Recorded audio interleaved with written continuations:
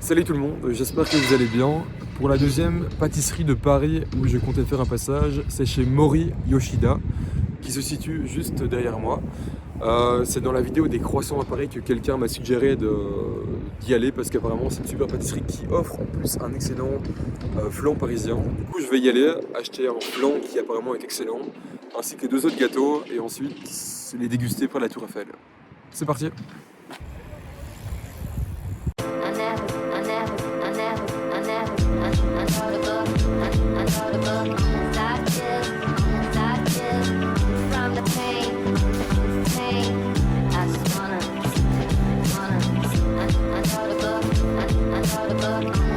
Parfait, merci. Bonne journée, au revoir. Bon, tout d'abord, franchement, les pâtisseries donnent plus envie les unes que les autres. Elles sont toutes magnifiques. Donc, j'ai quand même pris, en plus du flan, j'ai pris une tarte avec un praliné feuilleté, une ganache à l'orange et une mousse thé Earl Grey citron vert et un Mont Blanc aussi que j'adore. Wow. Il pèse bien son poids en plus. Vous voyez qu'il est encore tremblotant. On dirait qu'on a une pâte feuilletée en effet, qui est incroyable. On voit bien les petits grains de vanille. Le flan donne vraiment envie de se jeter dessus et de commencer à manger. Et c'est ce que je vais faire d'ailleurs.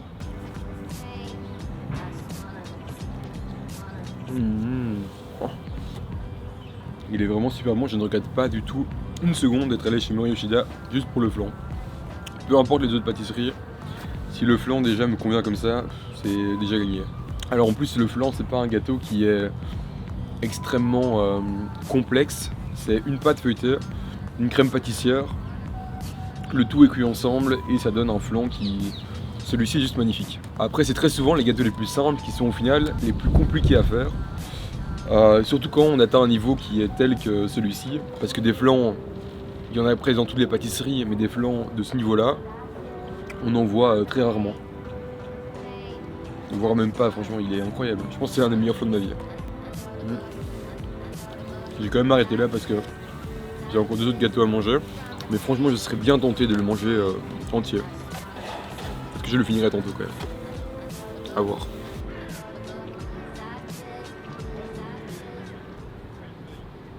Et voilà pour la deuxième pâtisserie, c'est la tarte beige. Donc celle-ci apparemment est aussi la spécialité de la maison Mori Yoshida. Donc elle est une très jolie tarte qui me donne très envie de manger. 6,90€, donc voilà, on est encore sur de la pâtisserie très haut de gamme. Et ça se voit et ça va sûrement se ressentir dans le goût. Donc voilà, on verra bien. C'est des goûts que moi j'ai pas l'habitude de voir en pâtisserie parce que thé Earl Grey, bah, moi je bois du thé généralement, mais dans la pâtisserie c'est pas un goût qui revient souvent je trouve. Ça se marie très bien. On a une pâte sablée qui est très bien cuite, qui n'est pas du tout humidifiée par la ganache, qui est restée très friable, très croustillante. On a évidemment le praliné feuilleté qui lui ramène en plus de ça une dose de gourmandise avec le praliné et également du croustillant avec la feuilletine. La ganache à l'orange, j'ai pas trop goûté pour l'instant. Superbe tartelette.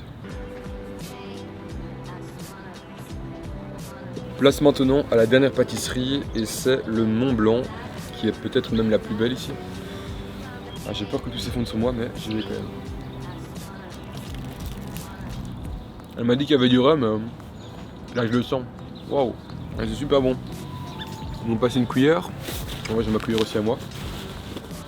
Toujours avoir une cuillère sur soi, très important. Pour la crème ici. Un Mont Blanc normalement je pense que c'est de la meringue avec de la chantilly et de la crème marron. Ici je vois pas de meringue. Et du coup ici on a une pâte philo qui est hyper croustillante avec une crème d'amande qui est bien imbibée ou je sais pas quoi avec du rhum. Donc il y a plein de rhum quelque part. Et c'est super bon. Ah par contre je vais devoir tout manger parce que sinon ça va clairement se péter la gueule quand je vais continuer à marcher. Quel malheur. Ça fait tellement de temps que j'ai pas mangé un gâteau au marron. Mais en plus là je mange un gâteau de 3 étoiles au marron donc c'est incroyable. Ça m'étonne moi-même d'aimer autant ce gâteau parce qu'en fait moi généralement j'aime pas trop les gâteaux qui sont pleins de crème chantilly. La moitié du gâteau là c'est la crème chantilly, quasiment en tout cas. Et là on casse bien ce côté crémeux avec une bonne dose de croustillant, de pâte philo qui... C'est le gâteau parfait pour moi là. Pour résumer la dégustation, Mori Yoshida, peut-être ma nouvelle pâtisserie préférée de Paris.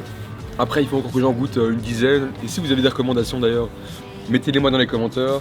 Et la prochaine fois que je viendrai à Paris, j'en goûterai d'autres, du coup, d'autres découvertes, j'espère aussi surprenantes que celle-ci, parce que franchement, là, ça m'a laissé bouche bée et ça me donne envie de déménager à Paris. Donc j'abuse un petit peu.